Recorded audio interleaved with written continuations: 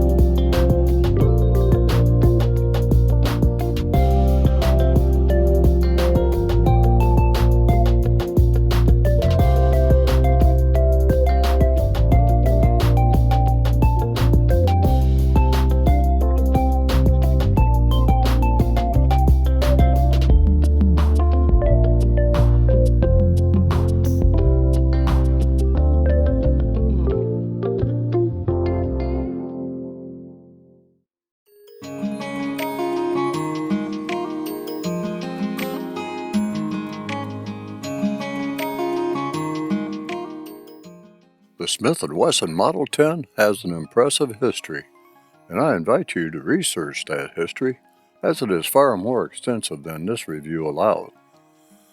The specimen under review was acquired from my son-in-law's collection, and features the tapered barrel, sometimes called the pencil barrel, that was changed in 1902, with the .38 Military and Police second model being introduced, and which featured substantial changes, including the major modification and simplification of the internal lockwork, and the addition of a locking underlug on the barrel to engage the previously freestanding ejector rod. One of the most captivating features of this revolver, and which has remained throughout the history of the Model 10, is the prominent front sight that sits high and proud atop the barrel. It has a unique shape, and the backside is serrated to cut glare. Barrel markings include Smith & Wesson on the left side, while .38 SW Special CT, which designates the caliber, is on the right side. The highly polished blued barrel tapers perfectly into the frame, at which the barrel is not only screwed into the frame, but also pinned, a feature that first appeared around 1899 on some of the Smith & Wesson's earliest hand ejector models, but was discontinued, along with recessed cylinders, in 1982, as being too costly and unnecessary. Getting to that hand ejector, You can see that it is very well exposed to the elements, and sometimes grueling environment. A spring-loaded lock captures the ejector rod at the front when the cylinder is captured within the frame by the cylinder lock and release. The front ejector rod lock is fragile, and this is why you don't want to bogart a cylinder closed. That is forcibly slamming the cylinder into the frame, lest you want to damage the revolver. While this looks impressive in movies, it is gun abuse in real life. The cylinder, also of highly polished blued steel, locks up tightly within the frame, with ever so slightly but acceptable side play, and with acceptable, meaning none, fore to aft play detected. Pushing the cylinder lock button forward releases the cylinder, as is normal with Smith and Wesson revolvers. You will notice that the forcing cone, which is in excellent condition by the way, incorporates the flat bottom that allows the cylinder to swing inward. I mentioned in previous early Smith and Wesson revolver reviews that the flat bottom of the forcing cone can be a possible source of contention, as this area is prone to cracking or breaking. So far, so good with this one. And while I am mentioning the forcing cone to cylinder gap for this revolver is 4/1000 of an inch, coming in from the right side, and 2/1000 of an inch coming in from the left side, and which is consistent with all 6 chambers. This simply means that the forcing cone is not totally parallel with the face of the cylinder. That is nothing to be concerned about here, unless the face of the cylinder is not thoroughly cleaned after each shooting session with the revolver, and build-up carbon, over time, could cause the cylinder to become harder to rotate, even to the point of jamming that would place enormous strain on the lockwork. Moving on to the top of the revolver, the top strap exhibits the sight channel that we are very familiar with for fixed-sight revolvers.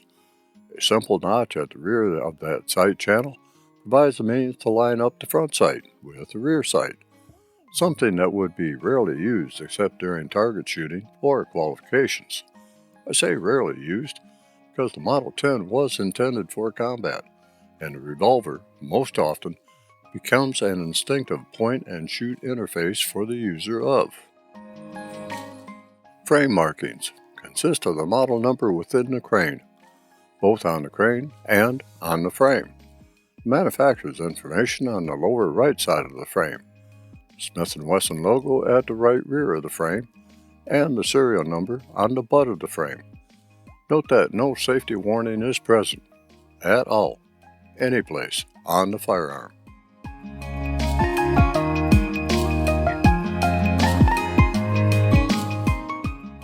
The frame does have an important feature, an advancement in handguns ever since the 1836 Colt Patterson, after which somebody realized that there was no way to protect the trigger when at full cock. A trigger guard. The trigger guard on this unit is well formed, and when the revolver is in single action mode, has enough space for a gloved hand, although I would not recommend shooting the Model 10 with a gloved hand. In double action mode, and if you wore heavy-fingered gloves, you might find the trigger guard a tight fit. The trigger is highly curved, serrated, and relatively flat-faced unit that begs for the first joint of the trigger finger to be placed on it. With that, let's get to the important part, functioning.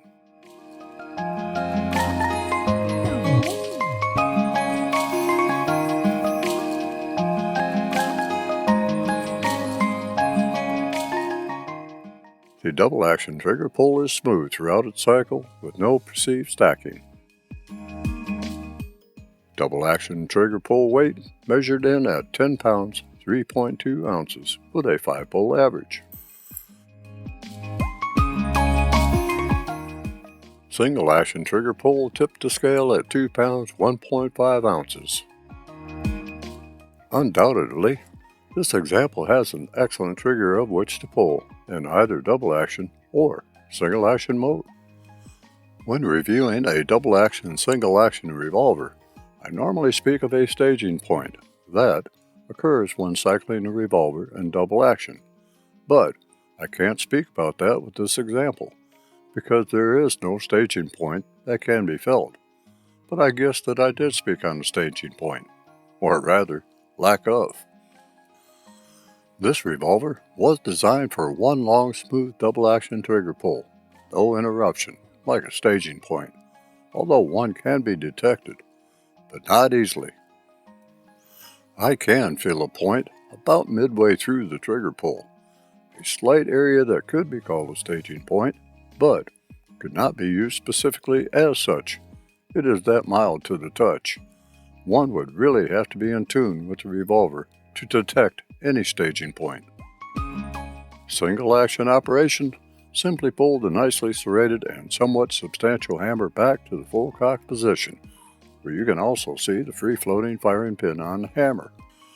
You may also notice that there is not, with this example, a hammer block safety or transfer bar safety as with today's more modern revolvers.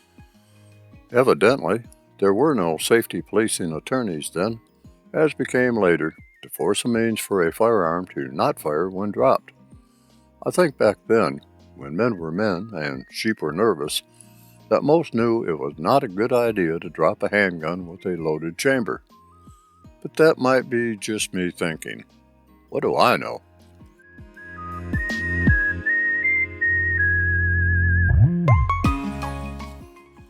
What I do know with this Model 10 is that the grip panels on this model are original. They are a flat butt specimen with the Smith and Wesson logo. Hitting my little finger at the bottom like a Glock G19, but better shaped, these grips with a diamond texture were needed in the palm of the hand, and with the open backstrap design, nuzzles nicely within my grip. There is ample space behind the trigger housing to place the digits of the shooting hand, without feeling cramped or bunched up together, partially due to the thickness of the grip at this point and the length of the grip further down. The inward flare at the front bottom of the grip and outward flare at the rear bottom of the grip is kindly reminiscent of early Colt revolvers, but with the grip panels having a slight taper toward the top of the frame. This grip design really feels great. It makes the grip and the rest of the handgun feels as if it is a well-balanced handgun from stem to stern. I can see why many carried this revolver in the day. I would carry it in this day of age, without a doubt. Also, hand in passing, the size of the grip was designed for one-handed shooting, as was popular at the time. Most defensive shooting was taught from the crouched position, body squared off to the target, and with the shooting arm fully extended, or with the arm at the lower hip shooting position. The FBI stance, if you will. In short, the sport hand has very little surface area on the grip to, well, provide support. This almost forces a two-handed shooter into the now outdated cup and saucer shooting technique. That, incidentally, effectively kept the sport hand away from the flash gap. It could do serious harm to wayward appendages, like fingers and thumbs. In the old ways of shooting, the sport hand could be found lying against the chest or balled up into a fist to the left side of the body, or right side for lefties, anywhere well away from the muzzle of the barrel and the flash gap. Well, did I satisfy your yearning for knowledge regarding the features of the Smith and Wesson Model 10? I hope so, because I am moving on to the next segment, one that you might like, shooting this example of the Smith and Wesson Model 10.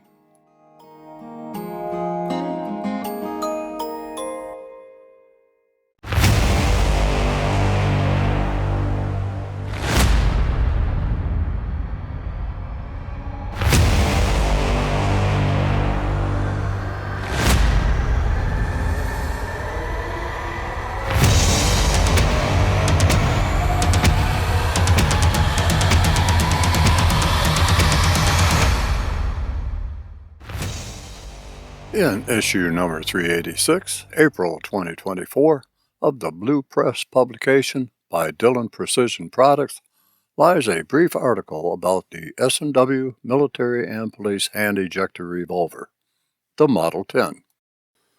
Within that article, a combat classic evaluation is cited. As I am showing now, this evaluation is a timed event of 30 rounds, being fired at an IDPA silhouette target from distances of 3 to 15 yards. The evaluation begins with one-handed shooting from a low ready and evolves into some two-handed, strong hand only, and one-hand, weak hand only transitions. Since the minimum distance to fire at my indoor range is 7 yards, I need to modify the evaluation a bit. I simply substituted the 3-yard and 5-yard stage with 7 yards. I also substituted the IDPA silhouette target with a standard silhouette target, as my range did not have any IDPA silhouette targets. Actually, the range-provided silhouette target is more of a challenge, since I am working with black sights on a predominantly black background, especially the head area. So, let me shut up and get started with Stage 1, 2 rounds in 1.5 seconds. Strong hand, point shoulder position.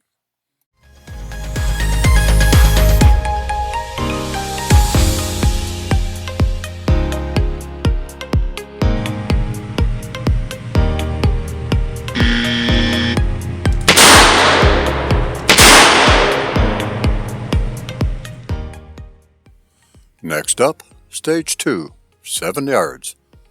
On the signal, I need to fire 2 rounds to the body and 1 round to the head in 3.0 seconds.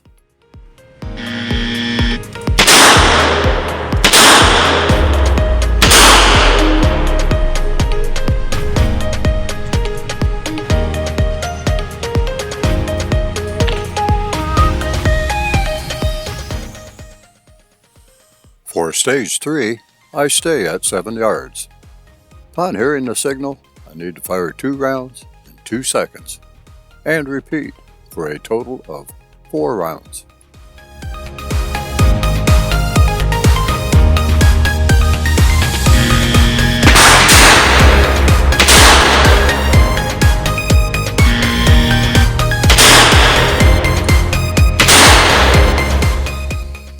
It's time to move the target out to 10 yards for Stage 4, where it gets a little complex.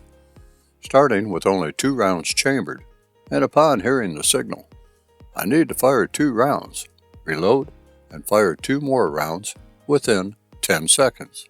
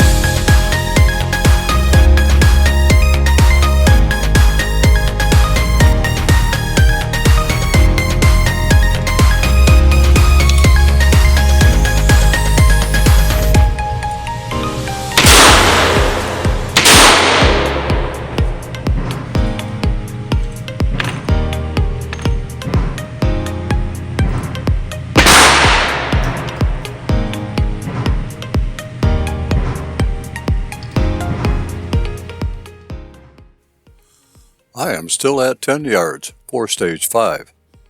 Upon hearing the signal, I need to fire 2 rounds with both hands, 2 rounds strong hand only, and then 2 rounds weak hand only, for a total of 6 rounds, and do so within a time limit of 9 seconds.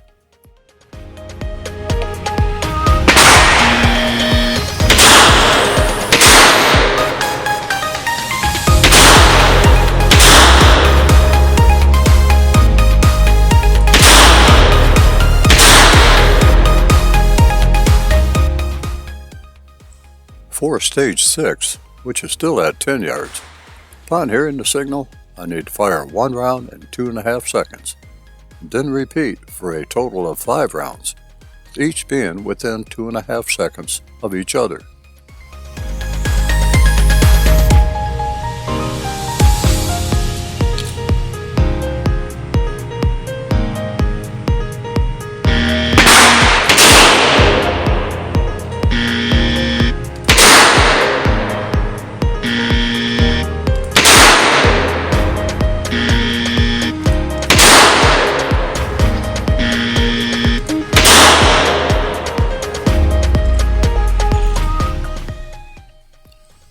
come to the final stage, Stage 7. With the target moved out to 15 yards, I need to fire 6 rounds in 8 seconds upon hearing the signal.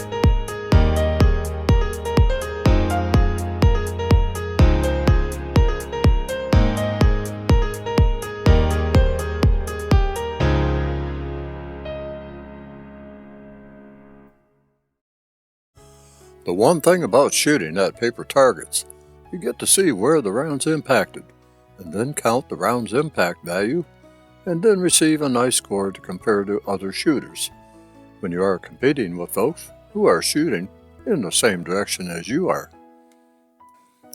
In real life, it counts for little. What does count is the bad person's reaction to 1. Seeing that you have a self-defense firearm. 2. The dynamic condition of the person being shot should he or she continue on their planned route of doing you harm. And 3. How quickly did your shot or shots stop the threat? There is a wide variety of thought on the subject, and opinions vary from no shots at all to shooting through your entire ammunition supply, however much you are carrying at the time the event takes place. While exercises like that performed today are helpful, they are not a confirmation of how well I will do in a real-life encounter. Today's exercise only tells me that I can point the gun in the right direction. Nothing more, nothing less.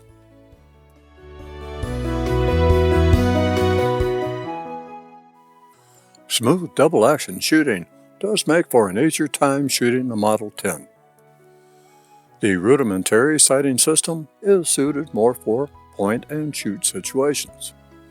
38 Special 158 grain lead semi-wad cutter hollow point was a top defensive cartridge of the day, with a nominal muzzle velocity of around 800 feet per second, with 148 grain wad cutter ammunition being used for qualification.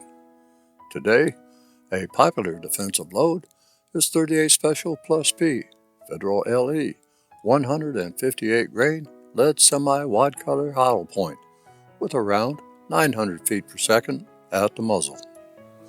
Also today, ammunition like Black Hill's 125 grain jacketed hollow point can achieve an average muzzle velocity of 822 feet per second, while penetrating up to an average of 22.12 inches of ballistic gel. That's pretty impressive, especially since the test firearm was a Smith and Wesson Model 640 with a 2-inch barrel fired at a distance of 10 feet from the target. Given the age of this Model 10, standard pressure loadings would work fine. Reserve the Plus P stuff for the more modern version of the Model 10, and then used sparingly at that. If you decided to carry a new version of the Smith and Wesson Model 10 revolver, a cylinder full of 38 Special Plus V Federal LE 158 grain lead semi-wad cutter hollow point with around 900 feet per second at the muzzle and 12 more in 2 HKS 10A speed loaders serve you well for most occasions. Now, let me get to my final thoughts regarding the Smith and Wesson Model 10.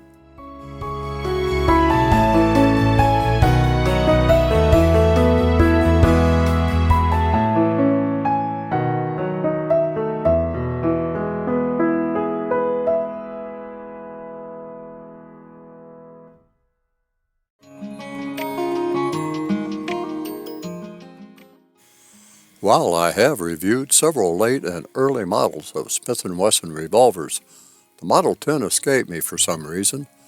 Perhaps it was because I had not enough time with a Model 10 to really appreciate it for what it was and is. Although brief, my time with this Model 10 convinced me that it would be a worthy carry even in today's time. Given that this revolver has evolved since 1899 and is still manufactured today, speaks volumes about the Model 10. One might even say that the Model 10 became the backbone of Smith and Wesson revolvers, to which were attached all other revolvers as ribs. This Model 10 serial number is prefixed by the letter C. The C was designated for this function in the 38 Military and Police Series in March of 1948. The C prefix lasted until 1967, when C999999 was finally attained. The D prefix replaced it in 1968. With that said, and without going to the trouble and expense of a letter of authenticity by the Smith and Wesson Historical Foundation, this model serial number indicates that the revolver was manufactured between 1948 to possibly 1956, during which serial numbers C1 through C314031 were assigned. The serial number on this unit indicates late 1956 to 1957, since serial numbers ran from C402924 in 1957 to C474148 in 1962. That's as close as I can make it. Anyone with more specific knowledge of Smith and Wesson serial number strategies, please comment. Probably more often said than not, these early revolvers were of a time when firearms were fitted, not just assembled. This Model 10 is a fine example of those times.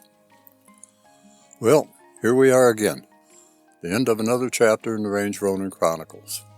I hope that you found the review pleasurable, relaxing, and informative enough to return to the channel. Until we meet again, and I surely hope we will, be vigilant, be armed, and be safe out there.